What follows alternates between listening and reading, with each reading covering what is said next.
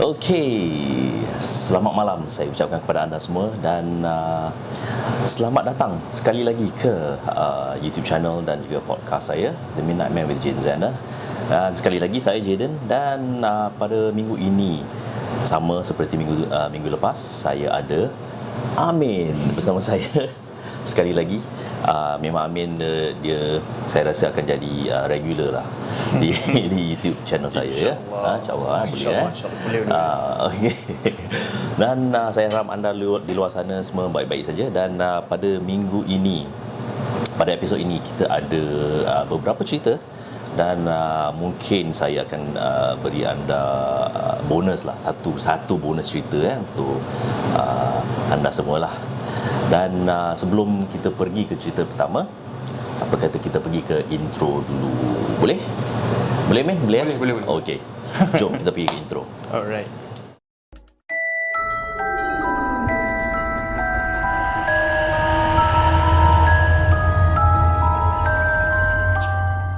Okey. Selamat kembali ke sekali lagi The Midnight Man with Jaden Zander. Kita santai-santai je lah. Kita akan bercerita tentang cerita seram, cerita misteri, cerita mistik lah di dalam YouTube dan podcast saya. Dan pada hari ini saya ada satu cerita yang telah disumbangkan oleh salah seorang pendengar YouTube channel saya, iaitu Muhammad Amin. Ya, memang saya memang ramai kawan yang bernama Amin ya. Minggu lepas pun cerita tentang penampakan Pontianak di Old Tampines Road pun Amin juga ya. Dan ni pun Amin juga. Okey, tak apa. Kita akan pergi ke cerita yang pertama, iaitu cerita penampakan lah oleh pendengar yang bernama Muhammad Amin. Ceritanya berbunyi begini. Perjumpaan pengalaman ini berlaku pada November 2009. Ketika itu saya bekerja sebagai operator luge skyride di Sentosa. Waktu tutup kira-kira jam 9 malam. Setelah hari yang melelahkan kerana ia adalah hujung minggu, yang tinggal saya lakukan hanyalah mengumpul semua sisa sampah dan juga topi keledar yang dilemparkan ke bawah ataupun yang telah dilepaskan oleh para pelanggan. Ada dua dari kami untuk menutup trek, tetapi untuk menjimatkan masa dan pulang lebih awal, salah seorang dari kami menutup skyride di mana saya akan menutup trek. Okey, kisahnya bermula. Setelah memastikan bahawa tidak ada lagi pelanggan di trek melalui kamera video dan rakan sekerja yang ditempatkan di hujung trek, lampu trek harus dimalapkan ke warna oranye untuk memberi isyarat bahawa ia ditutup untuk hari itu. Saya berada di trek di luge saya ke putaran yang pertama dan menggunakan penyepit yang disediakan untuk mengambil beberapa tisu dan masukkan ke dalam beg plastik hitam. Pada pusing yang kedua pula, saya ternampak beberapa helmet di bawah pokok yang besar. Saya pun parkinglah luge saya di sebelah dan perlahan-lahan berjalan ke pokok yang besar itu. Saya perhatikan ada kain putih panjang yang tergantung di atas pokok, di mana topi keledar yang berada di bawah. Saya mengambil topi keledar dan meletakkannya ke dalam beg plastik hitam. Memikirkan bahawa kain putih yang digantung itu adalah sampah lain, saya memutuskan untuk menariknya. Tetapi ketika saya melangkah tepat di depan kain putih, saya mendengar ketawa yang menakutkan tepat di atas pokok. Okey. Okey. Itu tak seram sangat. Tak seram. Ya, ini yang seram. Dapat bayangkan dah. Dapat bayangkan tapi ini yang seram. Saya melihat pokok yang tinggi itu. Dia melihat ke atas dan apa yang saya nampak memberi saya ketegangan di tulang belakang saya. Saya melihat kerangka wajah terbakar berwarna gelap seperti sedang berjongkok di batang pokok dan sedang perlahan-lahan memusingkan kepalanya menoleh ke arah saya. Saya dengan cepat menunduk dan cuba melarikan diri, tetapi saya sama sekali tidak dapat berbuat apa-apa. Saya hanya berdiam dalam keadaan seram sejuk selama 10 saat.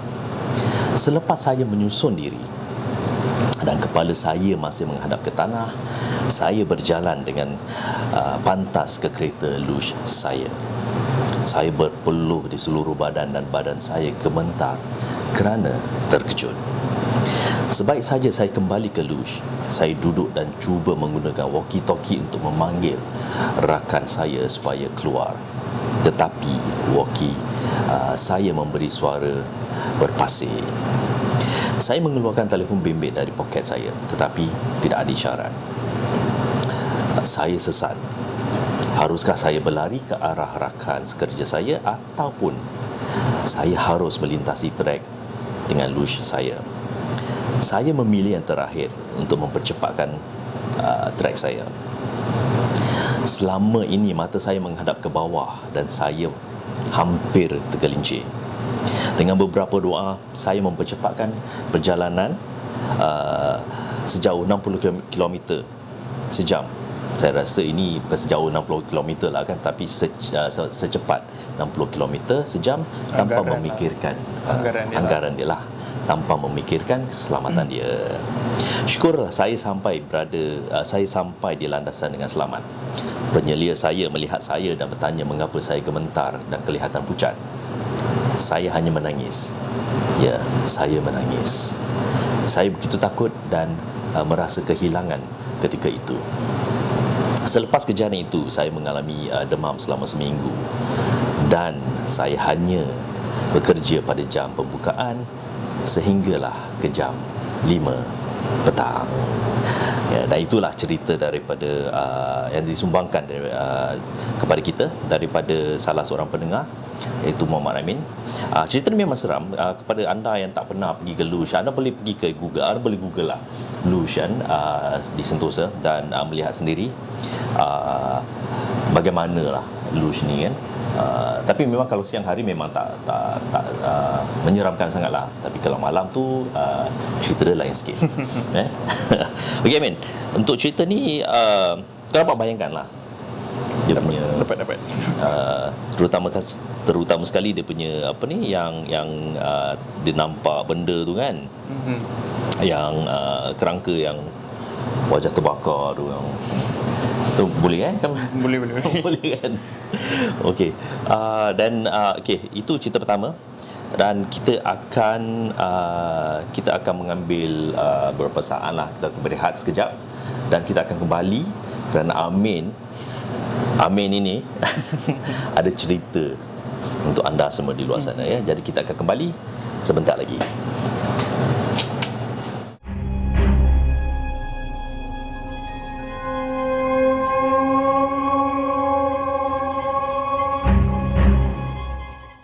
Okey, selamat kembali ke Midnight Man with Jaden Zander. Dan pada kali inilah saya akan beri peluang kepada Amin kerana Amin ni ada cerita. Okay, cerita ni jauh daripada Melaka. Daripada Melaka ya, cerita daripada Melaka. Cerita dia, saya dah dengar cerita dia, memang seram. Tapi Amin akan sampaikanlah kepada anda semua cerita dia. Okey Amin, go. Boleh. Okey, saya cerita. Actually cerita ni dia bukan cerita daripada saya. Dia cerita bukan daripada pengalaman saya lah. So maksudnya cerita ni datang daripada kawan saya, kawan baik saya punya abang. Okey. Cerita pasal apa? Okey, cerita dia macam ni. Masa abang dia belajar, kira dalam, kalau tak salah saya, dalam 4 ke 5 tahun yang lepas lah. Okey. So masa tu abang, kawan saya ni dia tinggal dekat KL. Okey. Okey, so tempat dia belajar dekat Melaka. So kalau kita belajar dekat Melaka, dekat tempat lain, so basically kita memang akan tinggal college kat situ lah. Kita akan balik weekly lah kalau balik pun kan. So at times kita akan stay dekat college, tak balik. And then Kira hostel lah, tinggal kat tinggal kat hostel gitulah. So macam kawan saya punya abang ni, Ya. ada satu masa dia belajar tu, student dia yang lain yang apa ni? Dia punya batchmate dia yang lain semua balik weekend. Oh, okey. Okey, So diorang tinggal kat Melaka lah. Jadi diorang boleh so balik lah. ada a few je lah yang tinggal lagi dekat college masa tu. Oh, okey. So dia dengan kawan dia masa tu. And then sampai satu malam ni, tiba-tiba kawan dia duduk satu bilik dengan dia. Minta tolong dengan dia sebab kawan kepada abang saya dia ni, kita panggil nama dia Ahmad lah. Ahmad. Okey, boleh. Okay, so kawan kepada Ahmad ni minta tolong kepada Ahmad untuk hantarkan dia pergi ke rumah makcik dia. Dekat kawasan situ jugalah, dekat Melaka jugalah. Ya, dekat lah. Dekat dengan college tu lah. Okay, so mula-mula Ahmad ni dia macam malas lah nak hantar kan. Sebab jalan jauh lagi, and then tengah malam pula tu. Betul. So and then dah hantar dia, and then kita balik seorang pula kan. Betul. So dia macam malas lah. And then kawan dia ni pun macam, okay lah, tak apalah, since malas, I offer you bagi RM50 kan. So macam okay lah, tak fikir banyak lah. Tak fikir banyak, jalan. Dapat dibayar kan. Ya, dibayar. So masa tu pun diorang pun siap lah cepat-cepat pergi hantar pergi rumah makcik. Lalu satu jalan perkampungan. And then once dia dah hantar, sampai je dekat rumah makcik dia, and then dia pun balik dia on the way balik ke college lah. Dengan seorang diri. Seorang diri, okey. Okay, so dia on the way balik tu, cerita pasal kereta dia ni pula. Kereta dia ni masa tu student kan. Okay, so kereta pun aircon problem masa tu. Oh, okey, So faham. bila aircon problem, buka tingkap lah kan. Masuk ke tingkap lah. Betul. And then bila kalau drive tengah malam, cermin berkabus lah kalau kita buka tingkap. Pasal sejuk kan? Sejuk. Jadi sejuk, betul. So dia berkabus. Lepas tu si Ahmad ni pun macam nak bersihkan cermin. Rear mirror tu. Sambil memandu lah. Sambil bawa kereta. On the way tu kan. So tiba-tiba dia tengok dekat cermin dia ada satu apa namanya? Buat lembaga. Ada satu makhluk berbungkus. Okey. Dia nampak makhluk berbungkus ni kat dalam kereta dia atau kat luar? Dekat dalam kereta dia. Maksudnya dia dekat seat belakang, passenger. Okey. Okey, seram. Tapi lupa nak bagi tahu yang kan dia buka tingkap tu sebab aircon tak function. So dia buka tingkap tu, angin kalau kita bawa kereta, kalau pernah bawa kereta buka tingkap. Pernah. So angin tak masuk macam tu kan? Angin tak lah. Angin dia maybe kalau dia lalu pun dia lalu sebelah macam ni je. Sebelah je, betul. Okey, tapi si Ahmad ni dia tengah drive, tiba-tiba dia rasa angin masuk macam tu. Oh. So pelik macam pula, okey, dah pelik dah kan. Pelik juga. And then dia pun buat tak tahu je. Lepas dia buat tak tahu, and then dia nak lapkan cermin yang berkabus tu, nampak ada makhluk yang berbungkus dekat belakang. Makhluk berbungkus tu dia punya muka macam mana cakap, muka seolah terbakar. Okey. And then mata gelap lah, hitam lah gitu. terbakar. Macam hitam gitu kan. Tapi yang lain nampak lah dia punya kain kafan apa semua tu kan. So mata dia terbeliak, macam tengah marah. And then warna merah. Wah. Okey, boleh bayangkan. Boleh bayangkan? Boleh bayangkan, seram. Okey, seram. Okay. So si Ahmad ni pun macam terkejut lah kan. Kalau saya pun saya terkejut. Kalau abang terkejut tak? Terkejut. Abang tengah drive, tiba-tiba abang pandang cermin, ada benda pula kat belakang. Terbabas tu. So tapi dia try not to panic. Dia bawa je kereta macam biasa. And then dia cakap kalau benda tu nak tumpang dia pergi ke college, balik ke college, dia tak izinkan. Okey.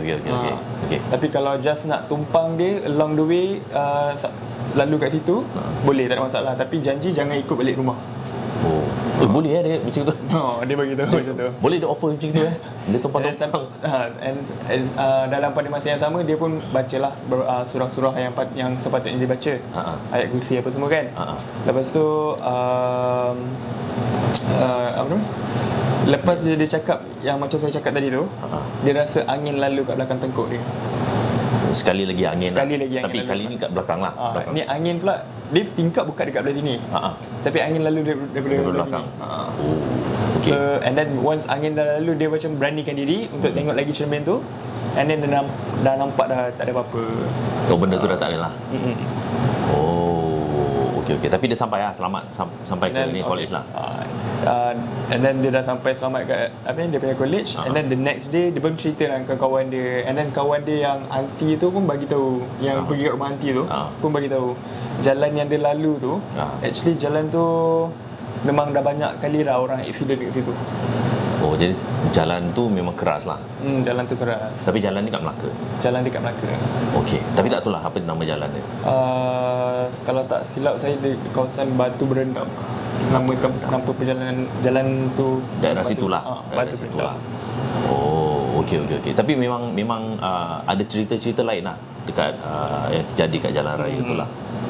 Orang yang tinggal kat situ pun bagi tahu memang dekat situ keras, jalan tu banyak orang accident, jangan lalu tengah-tengah malam, jangan berani lalu tengah malam. Tapi aku rasa kan kalau macam tu selalu macam ada banyak accident kat situ kan. Mungkin pasal penampakan macam gini lah. Jadi macam diorang panik, jadi diorang terbabas. Lepas tu banyak accident. Betul kan? Okey, satu cerita yang seram. Satu betul-betul cerita yang seram. Cuba anda bayangkan lah kan, jika anda dalam situasi yang seperti itulah, apa akan anda lakukan? Mungkin boleh teruskan perjalanan, ataupun mungkin anda panik dan terbabas. Itu dua option je, tak ada option lain. Okey, itu cerita daripada Amin. Memang seram. Untuk yang di Melaka yang tahu jalan raya tu mungkinlah tahulah kan. Yang tak tahu sekarang anda tahu. Okey, saya akan kasih satu lagi cerita bonus lah. Cerita ini terjadi pada pakcik aku. Okey, pakcik aku ni dia dulu kerja pun selalu balik malam. Okey. Jadi pada satu hari ni, cerita ni pendek je. Okey. Jadi pada suatu hari ni dia balik macam biasalah kerja malam kan. Jadi dia balik, dia sampai rumah, dia masuk pintu, biasalah rumah pun dah gelap, pasal semua dah tidur. Jadi okeylah dia pergi dia masuk rumah, dalam ruang tamu, lepas tu dia pergi ke dapur memang gelap lah. Jadi apa dia buat, dia buka lampu lah. Dia petik switch, dia buka lampu. Sebelah kanan dia ni ada kabinet dapur lah. Kan? Jadi apa yang terjadi ialah apabila dia petik lampu ni, dia buka lampu, dia ternampak dekat atas kabinet kaunter ni, dia ternampak ada satu tangan. Tapi yang peliknya ada tangan je. Tangan aja tak ada lengan, tak ada badan, tak ada kepala pun. Tangan maksud dia tangan juga. Tangan je. Tak ada lengan pun. Tangan je. Tapi tangan ni bukan tangan manusia. Okey, tangan dia macam, dia kata tangan dia gelap. Tangan dia besar. Tangan dia gelap. Tangan dia berbulu. Dekat atas kaunter ni. Dia pun terperanjat. Jadi dia macam dia terperanjat, dia tutup mata. Bila dia buka mata, benda tu dah tak ada. Tangan ni dah tak ada kat atas kaunter.